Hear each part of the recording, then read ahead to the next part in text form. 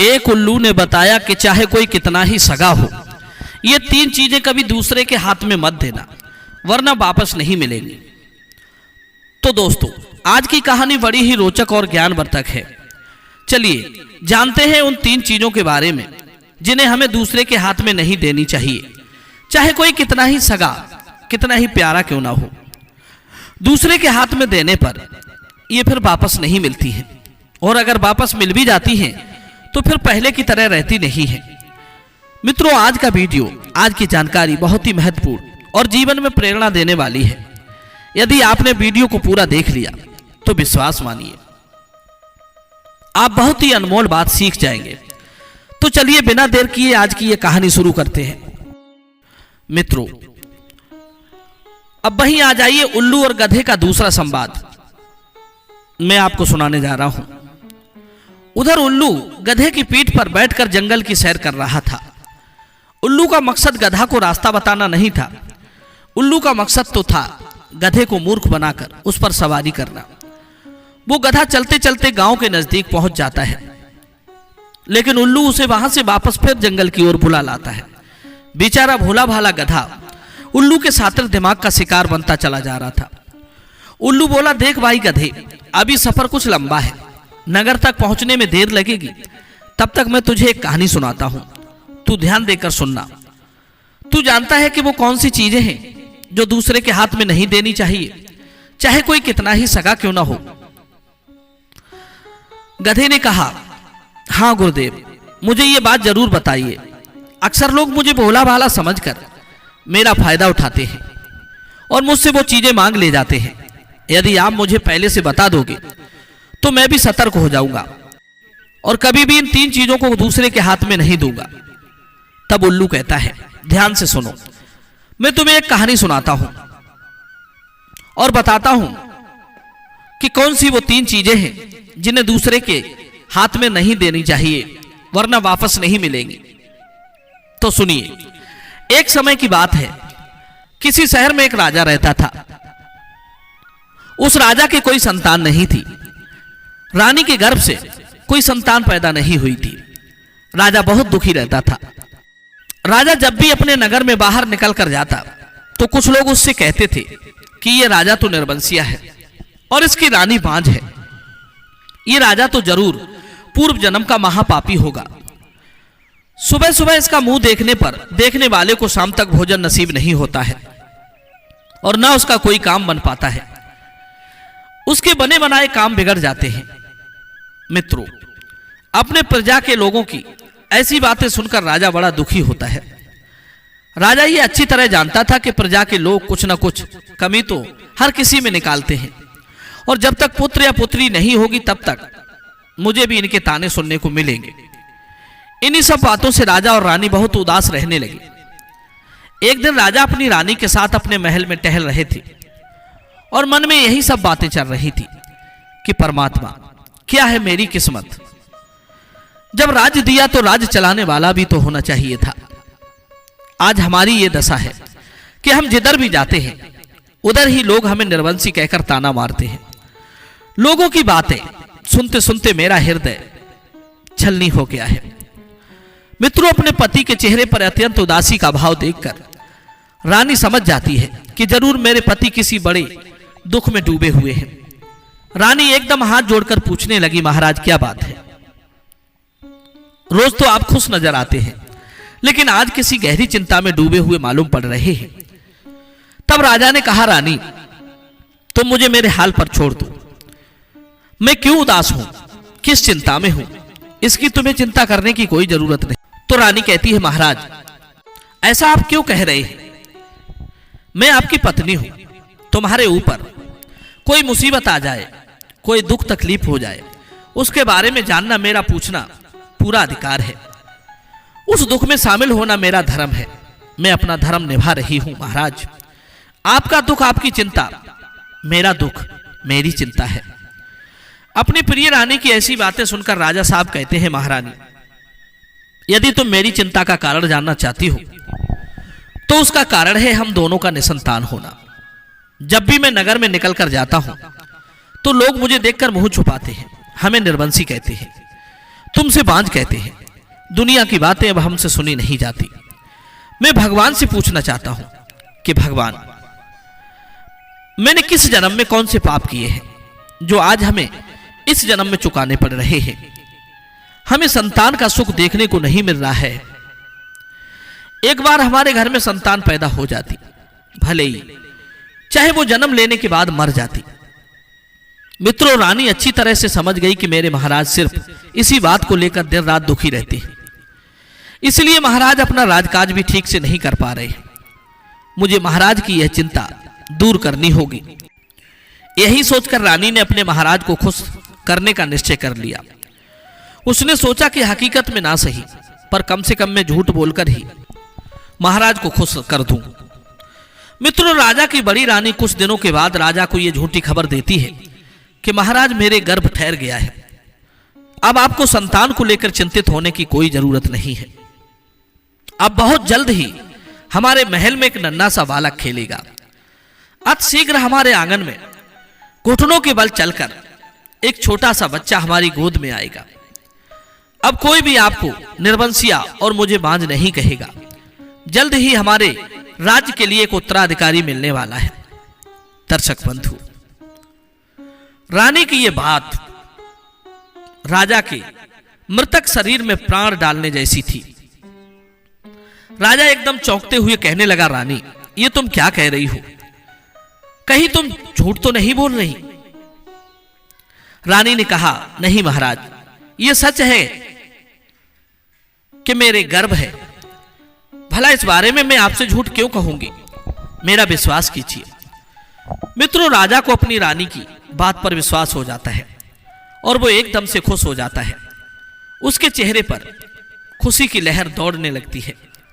वो खुशी में जाकर दरबार में दान लुटाता है और ये घोषणा करता है कि उसकी रानी गर्भवती है। बहुत जल्द उसके घर में एक बच्चे की किलकारी गूंजने वाली है। राजा के पूरे नगर में यह खबर फैल गई कि राजा के घर में राजा की बड़ी रानी गर्भवती है और जल्द ही किसी बच्चे को जन्म देने वाली है। दर्शक बंधु, इधर क्या होता है, धीरे धीरे समय बीतता चला गया और इधर जैसे जैसे समय बीतता गया वैसे वैसे रानी की चिंताएं बढ़ती गईं। वो अपने पेट से कपड़े बांध कर रहती थी। जब 9 महीने का समय पूरा हो गया तो रानी और भी ज्यादा घबराने लगी कि अब क्या होगा। मैंने तो अपने महाराज को खुश करने के लिए सिर्फ उनसे झूठ बोला था। अब मैं उन्हें बच्चा कहां से दिखाऊंगी? अगर आज मैंने उन्हें सच बता दिया तो महाराज मेरा ये झूठ बर्दाश्त नहीं कर पाएंगे। वे मुझे मार भी सकते हैं और स्वयं भी अपने आप को नुकसान पहुंचा सकते हैं। रानी ऐसी बात को सोच सोचकर बेचैन हुए जा रही थी कि अब मैं क्या करूंगी। रानी ये सोच सोच करके बहुत दुखी थी और भगवान से प्रार्थना कर रही थी कि हे प्रभु, हमारी और हमारे महाराज की रक्षा करना। हमें कोई ऐसी युक्ति सुझा देना जिससे हमारी लाज बच जाए और महाराज के प्राण भी। क्योंकि आप तो जानते ही हो भगवान, मैंने ये सब महाराज को प्रसन्न करने के लिए कोरा झूठ बोला है। मित्रों, रानी की एक बहुत ही प्रिय दासी थी। रानी ने उस दासी से कहा, बहन, अगर तुम मेरा साथ दो तो मैं महाराज को कुछ दिन तक झूठ बोलकर बहलाकर खुश रखने का प्रयास करूंगी। मित्रों, ये बात दासी पहले से जानती थी कि रानी की कोख में कोई बच्चा नहीं है। दासी के दोनों हाथ अपने हाथों में पकड़कर रानी उसे मनाने लगी। कहने लगी, मेरी प्यारी बहन, यदि तुम मेरा साथ दोगी तो मैं महाराज की खुशी को जिंदा रखूंगी। मित्रों, दासी रानी के काम को करने में सहमत हो जाती है और कहती है, रानी जी, आप जैसा बताओगी मैं वैसा करने को तैयार हूं। आपका यह गुप्त रहस्य सदैव गुप्त रहेगा, इसकी भनक किसी को भी नहीं लगेगी, चाहे मेरी जान क्यों न चली जाए। पर मैं ये भेद राजा साहब को कभी नहीं बताऊंगी कि आपने राजा साहब से झूठ बोला है। अपनी दासी से सलाह मशवरा करने के बाद में रानी ने राजा साहब को झूठी खबर भिजवाई। दासी ने जाकर राजा को यह खबर दी कि महाराज, बधाई हो, बड़ी रानी ने एक बड़े ही सुंदर पुत्र को जन्म दिया है। मित्रों, पर वहां तो पुत्र का कोई नामो निशान तक नहीं था। केवल राजा को खुश करने के लिए यह सब किया जा रहा था। झूठ पर झूठ रानी परोसे जा रही थी। राजा ने सुना कि हमारी बड़ी रानी ने एक बेटे को जन्म दिया है, तो खुशी के मारे फूला नहीं समाया। राजा ने अपने दरबार में यह घोषणा कर दी। पूरी खबर पूरे नगर में फैला दी। राजा की व्याकुलता अपने बच्चे को देखने के लिए बढ़ती जा रही थी। राजा एकदम से पुत्र को देखने के लिए महलों की तरफ दौड़ पड़े। रानी भी ये जानती थी मित्रों कि महाराज बच्चे को देखने जरूर आएंगे, इसलिए रानी ने पंडित को सिक्का पढ़ाकर और उसे बहुत सारा धन देकर कहलवा दिया कि राजा साहब, आप अभी अपने बच्चे का मुख दर्शन नहीं कर सकते। राजा ने पूछा, ऐसा क्यों? हम अपने बच्चे के दर्शन क्यों नहीं कर सकते? तब पुरोहित कहता है, महाराज, अगर आप इस समय अपने बच्चे के दर्शन करेंगे तो आपके लिए बहुत बड़ा दोष लग जाएगा। बच्चे के प्राण भी संकट में पड़ सकते हैं, इसलिए पुत्र को देखने की जिद ना करो। पुत्र आपका है और आपके महलों में रहेगा। आपको तो यही सबसे बड़ी खुशी होनी चाहिए। भगवान की कृपा से इतनी बड़ी खुशी मिली है, तो कम से कम उसका आप धैर्य बनाकर रखिए। हे राजन, जब वो लड़का बड़ा हो जाएगा और जब लड़का शादी के लायक हो जाएगा, जब आप अपने पुत्र का विवाह करेंगे, तब आप अपने पुत्र को देख सकते हैं। मित्रों, अपने कुल पुरोहित की बात सुनकर राजा को पहले तो बहुत दुख हुआ। फिर सोचा, चलो कोई बात नहीं, घर में संतान तो हो ही गई, लड़का तो हमारा ही है, कभी न कभी तो देखने को मिल ही जाएगा। मुझे लोग अब ताने नहीं देंगे, कोई मुझे निर्वंशी नहीं कहेगा। हमारा बेटा जब बड़ा हो जाएगा और जब हम उसकी शादी करेंगे, तब हम उसे देख लेंगे। कुल पुरोहित की बात सुनने के बाद राजा संतोष धारण करके राज दरबार की तरफ निकल जाता है और दरबार में पहुंचकर खूब दान लुटाता है। उधर रानी महलों में बैठकर बहुत रोती है कि मैंने अपने महाराज को झूठी खुशी देकर अच्छा नहीं किया। पुत्र की शादी तक तो मैं बची रहूंगी, उसके बाद क्या होगा? यही सब सोच सोचकर रानी का कलेजा बैठा जा रहा था। दासी ने कहा, रानी घबराइए नहीं, अब पुत्र के जवान होने तक तो तसल्ली रखिए, उसके बाद फिर कोई रास्ता भगवान जरूर निकाल लेंगे। मित्रों, इस प्रकार दासी ने रानी को समझा दिया। इधर समय गुजरता है, धीरे धीरे 20 साल बीत जाते हैं। इधर राजा को लग रहा था कि हमारा पुत्र अब तो जवान हो गया है। जन्म हुए 20 साल हो गए। राजा ने चारों तरफ इस बात का ऐलान कर दिया कि हमारा राजकुमार विवाह के योग्य हो गया है। राजा का यह फरमान सुनकर राजकुमार के रिश्ते वाने आने लगे। कई राजा महाराजाओं के यहां से नाई पंडित आए और राजा से शादी करने के बारे में बात की। कहने लगे, महाराज आप अपने राजकुमार को दिखाइए, हम अपनी राजकुमारी का रिश्ता तुम्हारे राजकुमार के साथ तय करने आए हैं। जब राजकुमार की कई शादी वाले आए तो राजा तत्काल अपनी रानी के कक्ष में पहुंच जाता है और बोला, प्रिय, हमारे पुत्र के विवाह वाले आए हैं, तुम्हारी आज्ञा हो तो मैं बेटे की शादी के लिए हां कर दूं। बेटे का विवाह तो एक न एक दिन करना ही है और मुझे भी बहुत इस बात की उत्सुकता है कि जल्दी से जल्दी मेरे बेटे का विवाह हो जाए, तो मुझे उसके मुख का दर्शन देखने को मिल जाएगा। हे रानी, कई देशों के नाई पुरोहित आए हैं और वे हमारे राजकुमार को देखना चाहते हैं। हे रानी, मुझे ना सही तो कम से कम उन लोगों को राजकुमार को दिखा ही दो। मित्रों, रानी अब कैसे कह दे कि पुत्र तो है ही नहीं। अब तो रानी ने फिर बहाना बना दिया, फिर झूठ बोल दिया। महाराज, आपकी ये बात सही है, क्योंकि रिश्ता करने वाले जब लोग आएंगे तो उनको लड़का तो दिखाना ही पड़ेगा, लेकिन एक बात बहुत बड़ी है। राजा कहने लगे, वो कौन सी? तब रानी ने कहा, महाराज क्षमा करना, हमारे कुल पुरोहित का कहना है। मैंने कुल पुरोहित से पूछा था तो उन्होंने बताया कि लड़का अगर यहां दिखा दिया तो बहुत बड़ी हानि हो जाएगी, हो सकता है लड़के की मृत्यु हो जाए। जिसको विवाह करना है वो इस शर्त पर करके जाए कि लड़का जब दूल्हा बनकर ससुराल जाएगा तो वहीं देखने को मिल जाएगा। जिसको बिना देखे रिश्ता तय करना है वो कर जाए, अन्यथा वापस चला जाए। रानी की बात को सुनकर के राजा फिर वापस चला जाता है और जो रिश्ता लेकर के आए थे उनसे जाकर के कह दिया कि भाई लोग क्षमा करना, बिना देखे ही अगर आप रिश्ता तय करना चाहते हैं तो हम करने को तैयार हैं, क्योंकि हमारे कुल पुरोहित का कहना है अगर लड़का अभी दिखा दिया तो बहुत बड़ा अपशकुन हो जाएगा। लड़के के लिए कुछ भी हो सकता है, इसलिए लड़का यहाँ नहीं दिखाया जाएगा। लड़का सीधा विवाह मंडप में ही दिखाया जाएगा।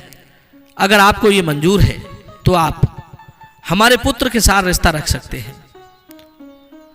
वरना मेरी मजबूरी है।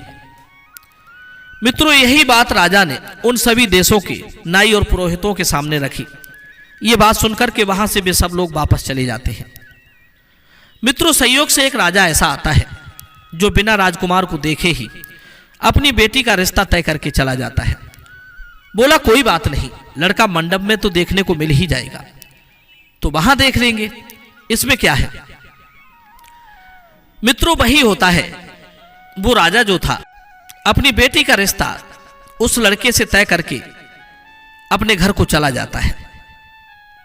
किस लड़के से? जो सिर्फ राजा की कल्पनाओं में था, जिसका अभी जन्म भी नहीं हुआ था। उधर घर जाकर के राजा अपने विवाह की तैयारियां करने लगता है।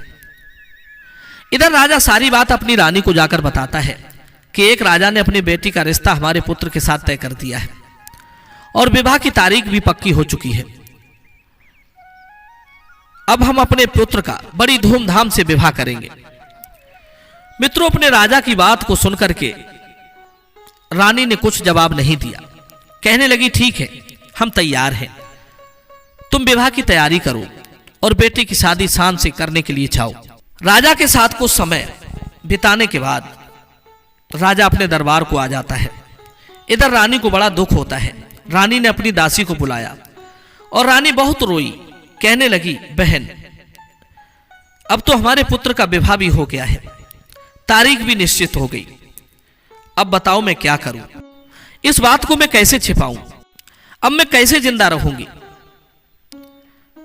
हे दासी, मैंने ऐसा झूठ काहे को बोला? मैंने ऐसा झूठ बोलकर के अपने पति को खुश क्यों किया, जिस झूठ में मैं ही फंसती चली जा रही हूं। मित्रों, दासी उस रानी के लिए धैर्य बनाती है और कहती है, रानी, जब आपने झूठ बोला है तो भगवान से प्रार्थना करो कि आपका झूठ पकड़ा ना जाए।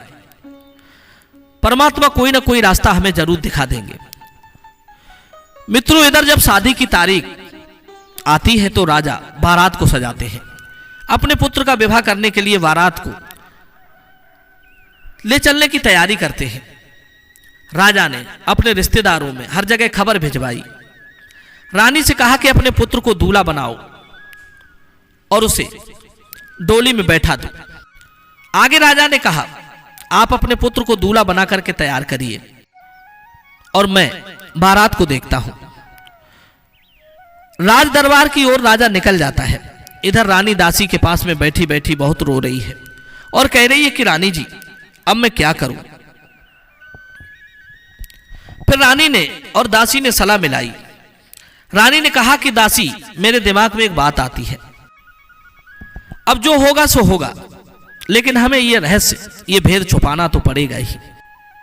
तुम एक काम करो, एक आटे का दूल्हा बनाओ और उसे सजाकर अच्छी तरह से पालकी में बैठा दो। सबसे कह दो कि यह पालकी कहीं रास्ते में खोलकर कोई भी ना देखे। पालकी सीधी विवाह मंडप में ही खोली जाएगी। मित्रों, वही होता है, दासी ने आटे की एक लूड़ बनाई और उसका एक दूल्हा बनाया और दूल्हा बनाकर उसको सजाकर उसी पालकी में बैठा दिया। पालकी में चारों तरफ से बंद कर दी और पालकी में राजकुमार बैठा हुआ है जो सिर्फ आटे का है और पालकी को चारों तरफ से बंद कर दिया।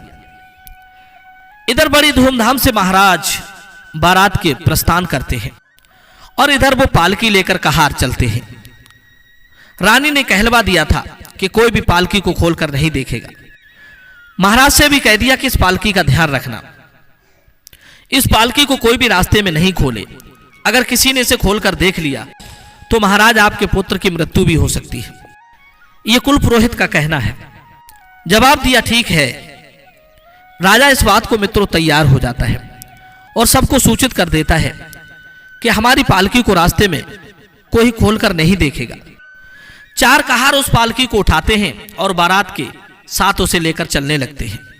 चलते चलते जब बारात एक जंगल से होकर गुजरती है काफी लंबा सफर चलकर आए थे, इसलिए सभी सेना बाराती थक चुके थे। तो उन्होंने सोचा कि चलो थोड़ी देर वृक्ष के पास विश्राम कर लेते हैं। राजा ने बारातियों को आदेश दिया कि पालकी को यहीं रख दो और विश्राम करने के बाद में थोड़ी देर के बाद फिर यहां से आगे को बढ़ेंगे। मित्रों, वही होता है। कहारों ने एक वृक्ष के पास में उस पालकी को रख दिया। इधर क्या होता है, जहां कहारों ने एक अलग वृक्ष के पास में पालकी रखी हुई थी, उसी पेड़ के पास में एक बिल था। इच्छाधारी नाग नागिन का जोड़ा रहता था। नागिन ने जब पालकी की ओर देखा तो अपने पति नाग से कहने लगी, अरे ये कैसी बारात है, इसमें तो दूल्हा ही नहीं है। देखो ना, इसमें तो आटे का दूल्हा बनाकर बैठा दिया है। मित्रों, ये बात सुनकर के नागिन ने अपने पति नाग से कहा कि पिया जी, इस संसार में बहुत बड़ा अंधेर है। नाग बोला, कैसा अंधेर? तब वो नागिन कहती है, पिया जी, इस पालकी में दूल्हा नहीं है और बिना दूल्हा की कैसी बारात?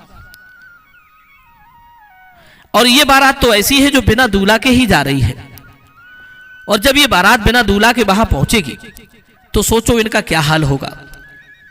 इतना बड़ा अंधेर तो मैंने आज तक नहीं देखा जो बिना दूल्हा के बारात जा रही हो। इस पालकी में दूल्हा तो है ही नहीं, केवल आटे का बना हुआ दूल्हा रखा है। नाग कहने लगा, प्रिय, हमें विश्वास नहीं होता। शायद हो सकता है तुम झूठ बोल रही हो। हमें दिखाओ तो ठीक कि बिना दूल्हा की कैसी बारात है। नागिन ने कहा, अगर ऐसी बात है तो चलिए, जहां लोग बैठे हैं वहां जाकर आप खुद ही देख लीजिए। जो पालकी रखी है उसमें एक आटे का बना हुआ दूल्हा बैठा है, और किसी भी बारात वाले को यह पता नहीं है किस पालकी में आटे का दूल्हा है। सब लोग उसे राजकुमार समझ रहे हैं। मित्रों, नागिन अपने पति नाग को लेकर के पत्तों में छिपकर उसी पालकी के निकट पहुंच जाती है और उसके अंदर घुस जाती है। तो वहां उसने देखा कि आटे की एक बहुत बड़ी पिंड रखा हुआ था। दोनों ने चुपचाप देखा और फिर अपने बिल के पास वापस आ गए। यह देखकर नाग बड़ा आश्चर्य में पड़ गया। फिर नाग ने अपनी पत्नी नागिन से कहा, हे नागिन, मैं तुमसे कुछ कहना चाहता हूं। नागिन कहने लगी, हाँ पिया जी, कहिए, क्या कहना चाहते हो? तब नाग बोला, अगर आपकी आज्ञा हो तो मैं इस राजा के विवाह मंडप तक इसकी शोभा बढ़ा दूं। नागिन कहने लगी, क्या कहना चाहते हो? मैं कुछ समझी नहीं। तब नाग बोला, हे प्रिय, मैं ये कहना चाहता हूं कि अगर तुम्हारी इच्छा हो तो मैं इस आटा की दूल्हे में जाकर के बैठ जाऊं, अपना रूप बदलकर, और इस राजा का लड़का बनकर के, दूल्हा बनकर के मैं इसकी इज्जत बचा लूं। अब आप ही बताइए, अगर ये बिना दूल्हा के बारात लेकर वहां जाएगा और वहां जब ये पालकी खोली जाएगी, जब इसमें से दूल्हा नहीं निकलेगा तो राजा की कितनी बड़ी बदनामी होगी। और जहां ये राजा अपने पुत्र का विवाह करने के लिए जा रहा है, उस राजा की भी बड़ी बदनामी होगी। अगर आपकी आज्ञा हो तो मैं इस राजा का लड़का बनकर इसके विवाह मंडप तक इसकी शोभा बढ़ा दूं। अपने पति की बात सुनकर नागिन कहने लगी, महाराज, मुझे आप पर भरोसा है, पूरा विश्वास है, लेकिन मुझे डर भी है, क्योंकि आप दूल्हे का भेष बना करके उस राजा की बेटी से जब विवाह करेंगे तो आप उसके प्रेम के जाल में फंस जाएंगे और हमको भूल जाएंगे। नाग कहने लगा, प्रिय, आप हम पर विश्वास करिए, आप हमारी पत्नी हैं, हम नागवंशी हैं, हमें क्या उससे मतलब है, केवल हमें इस राजा की इज्जत बचानी है। बस इसीलिए मैं थोड़ा जोर डालकर तुमसे कह रहा हूं, अगर मैं नहीं गया तो दोनों राजाओं के यहां कुछ भी हो सकता है, कुछ भी घटना घटित हो सकती है। इसलिए मैं आपसे कह रहा हूं, आप हमारी बात पर विश्वास करें। कल मैं जब आऊंगा तो जब बारात यहां इसी स्थान पर आएगी तो मैं तुम्हारे पास लौट आऊंगा। अपने पति की बात को सुनकर के नागिन ने कहा, महाराज, अगर ऐसी बात है तो आप चले जाएं, मैं तुम्हें नहीं रोकूंगी, लेकिन महाराज मुझे डर लग रहा है, कहीं आप उसके प्रेम जाल में फंस ना जाना, आप हमें मत भूल जाना। नाग कहता है, प्रिय आप हम पर विश्वास रखिए और हमें खुशी खुशी जाने की आज्ञा दीजिए। मित्रों, अब तो नागिन अपने पति को आज्ञा देती है। वो नाग उस पालकी में जाकर घुस जाता है और आटे के पिंड में समाहित होकर रूप बदलकर बैठ जाता है। अब वो बहुत सुंदर राजकुमार बन चुका था, बहुत सुंदर दूल्हा बन जाता है। इधर कुछ देर के बाद बारात जब आगे को चलती है, कहार पालकी को उठाकर चलते हैं तो सीधे दूसरे राजा के यहां पहुंच जाते हैं। जब दूसरे राजा के यहां मंडप में पहुंच गए तो उस राजा ने बारात की सुंदर ढंग से अगवानी की, सभी बारातियों की खातिर खुशामद की। जब विवाह करने का समय आया तो कहा, राजा साहब तुम्हारा लड़का कहां है, तुम्हारा दूल्हा कहां है, उसको पालकी से नीचे उतारो। आपने कहा था कि लड़के की पालकी उसी विवाह मंडप में खुलेगी, तो पालकी भी तैयार है और अब आप अपने बेटे को निकालो ताकि विवाह की रस्में पूरी की जा सके। मित्रों, इधर जब पालकी को खुलवाया जाता है तो उसमें से बड़ा ही सुंदर लड़का निकलता है। इतना सुंदर लड़का था कि राजा की आंखें फटी की फटी रह गई। राजा बहुत प्रसन्न हुआ। राजा सोचने लगा, इसका मतलब कि हमारी रानी हमारे पुत्र को इसीलिए दिखाना नहीं चाह रही थी कि हमारा पुत्र एकदम चंद्रमा के समान सुंदर है। राजा अपने पुत्र को देखकर गदगद हो जाता है। मित्रों, उधर उस लड़की के पिता ने भी जब उस दूल्हा को देखा तो वो भी बड़ा खुश होता है। उसके बाद में विवाह की रस्में पूरी होती हैं। उस नाग का विवाह उस राजा की बेटी के साथ हो जाता है।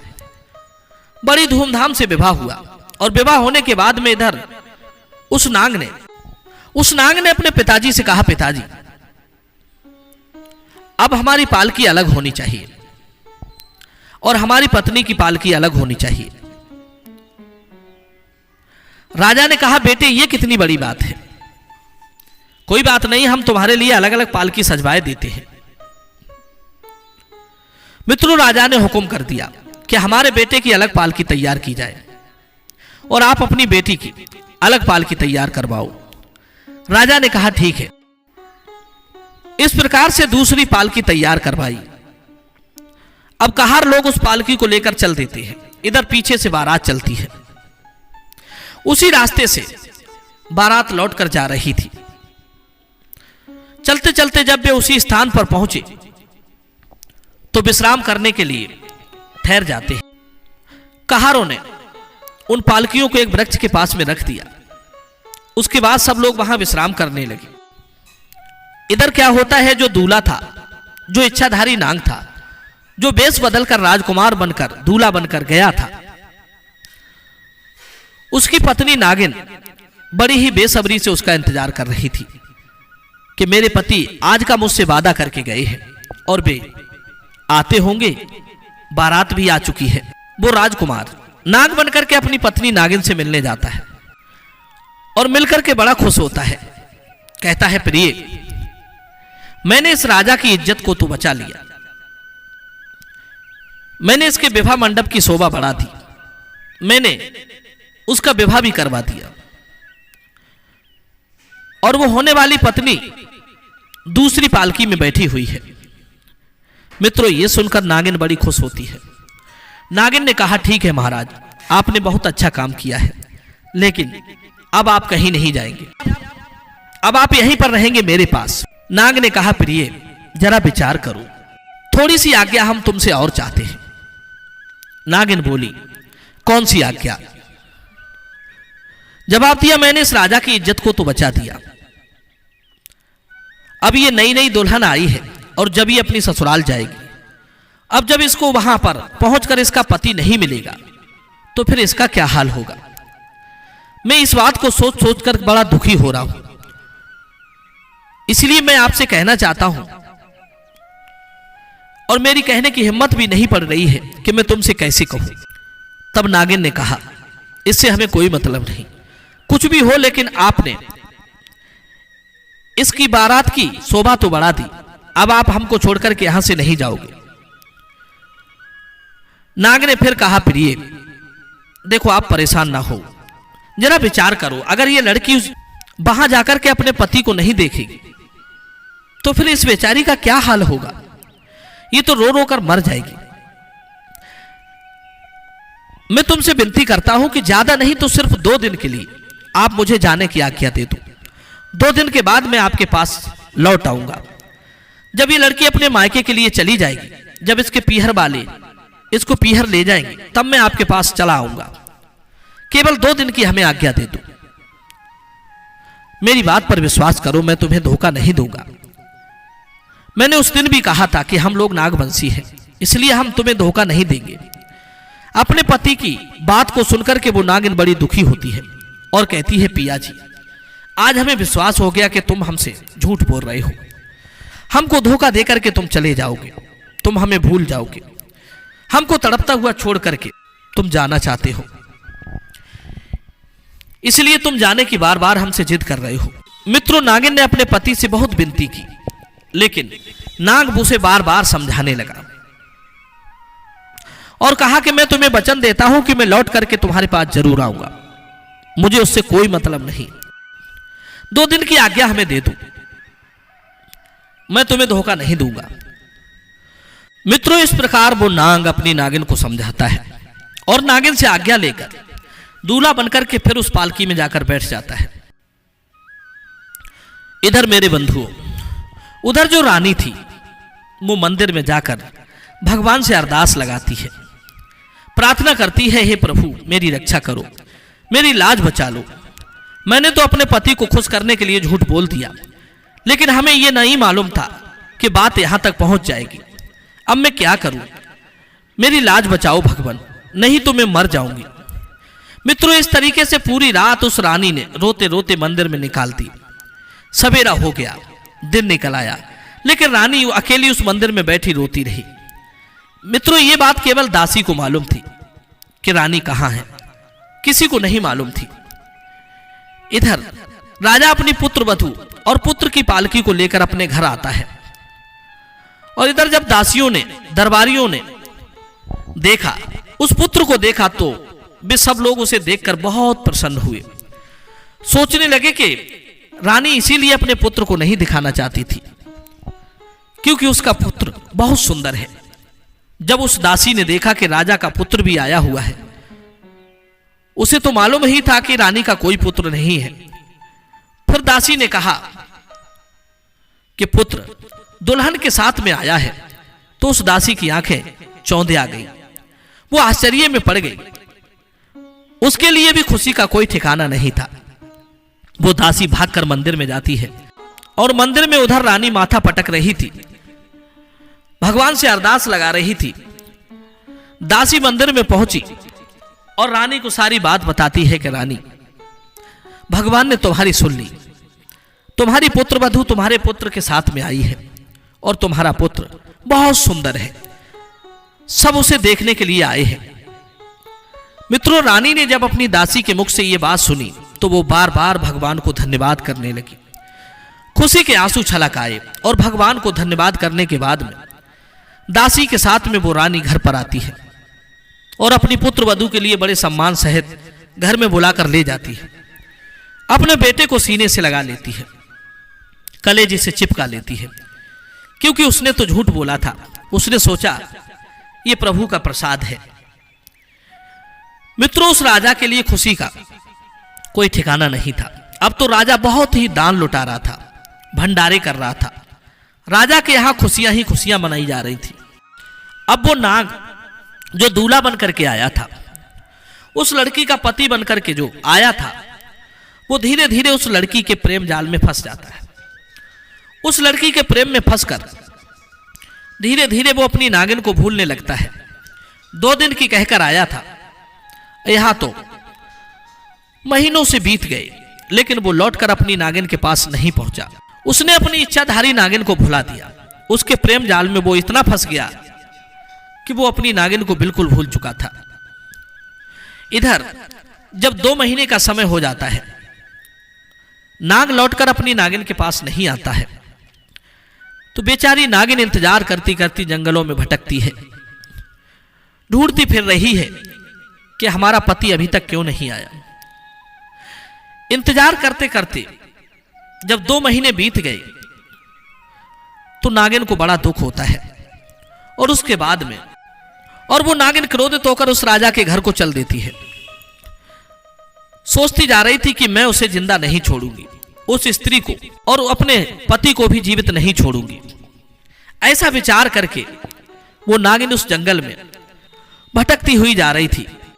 उधर मित्रों क्या हुआ, वो नाग जानता था कि वो नागिन मुझे ढूंढती हुई यहां तक जरूर आएगी, इसलिए उसने अपने पिता से कहकर राजमहल के चारों ओर बड़ी सी गहरी सी खाई खुदवा दी थी और उसमें पानी भरवा दिया। राजा ने पूछा, बेटा ऐसा क्यों?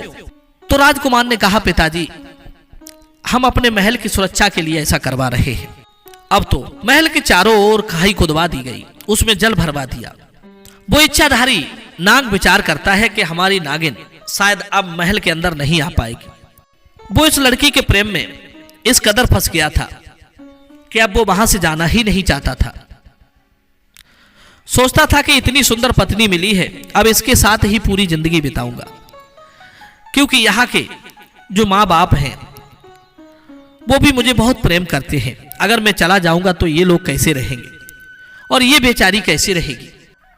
इस प्रकार निश्चिंत होकर के वो राजकुमार अपनी पत्नी के साथ राजमहल में रहने लगता है। उधर मेरे बंधुओं वो नागिन उस लड़की को डसने के लिए चलती है।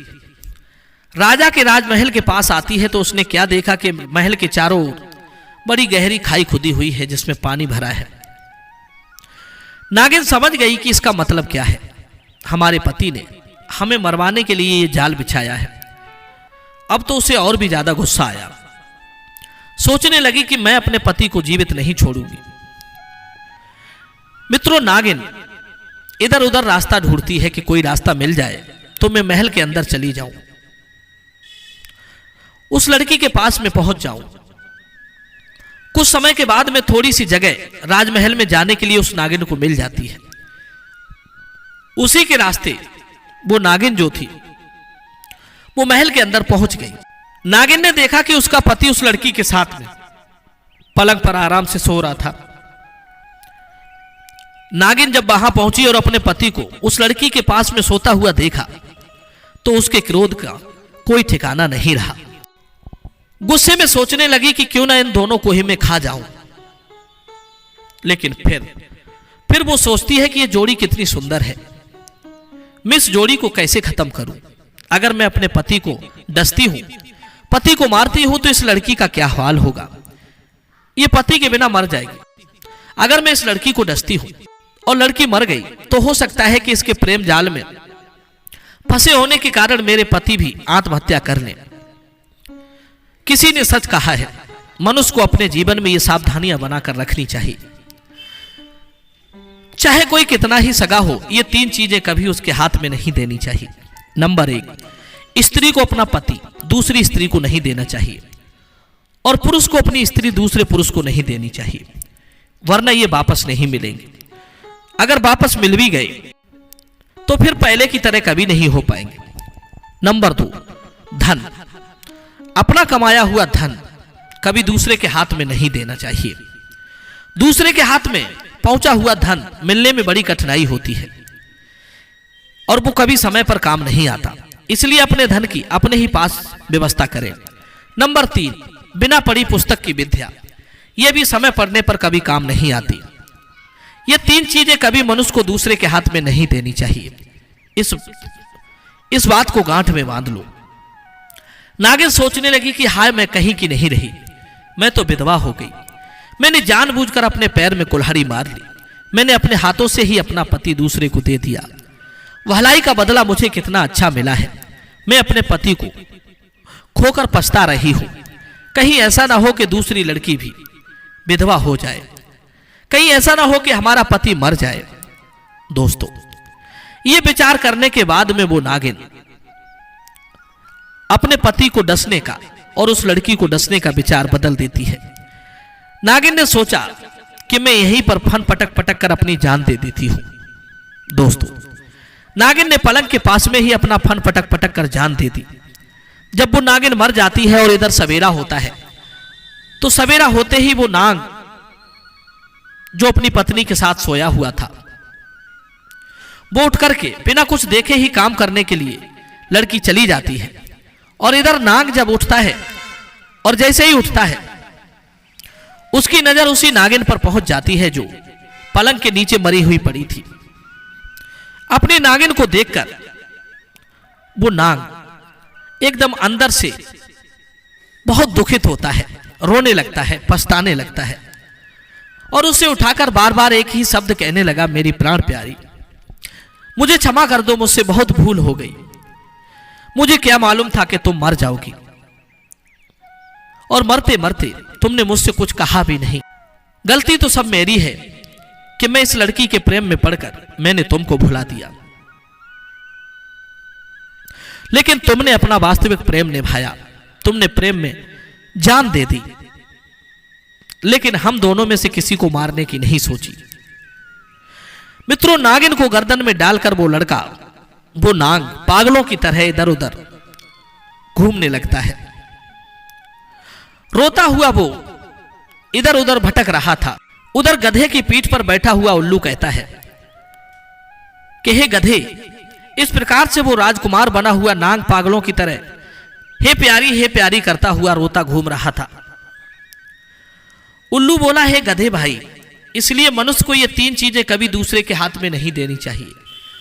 गधा कहने लगा, गुरुदेव, आपकी कहानी वास्तव में बड़ी रोचक थी और आपकी कहानी से बहुत ज्ञान सीखने को मिला है। सफर भी बहुत अच्छा कटा है। अब ये बताइए कि नगर के नजदीक पहुंच पाए हैं कि नहीं? तो उल्लू कहने लगा, गधे भाई, क्या बताएं, हम तो तुम्हें कहानी सुनाने में लगे रहे, इसलिए हमें कुछ ध्यान नहीं रहा। अब हम दूसरे रास्ते पर आ गए हैं, थोड़ा विश्राम कर लो, फिर आगे के लिए चलेंगे। मित्रों, इस प्रकार से वो उल्लू उस गधे को जंगल में गोल गोल घुमाए जा रहा था। गधे का और उल्लू का सफर कहां तक चलता है, कहानियों के माध्यम से मैं आपको आगे पहुंचाऊंगा। मिलते हैं आपसे उल्लू और गधे के संवाद में तीसरी कहानी में। इंतजार कीजिए। आप सभी का बहुत बहुत धन्यवाद। जय श्री कृष्ण।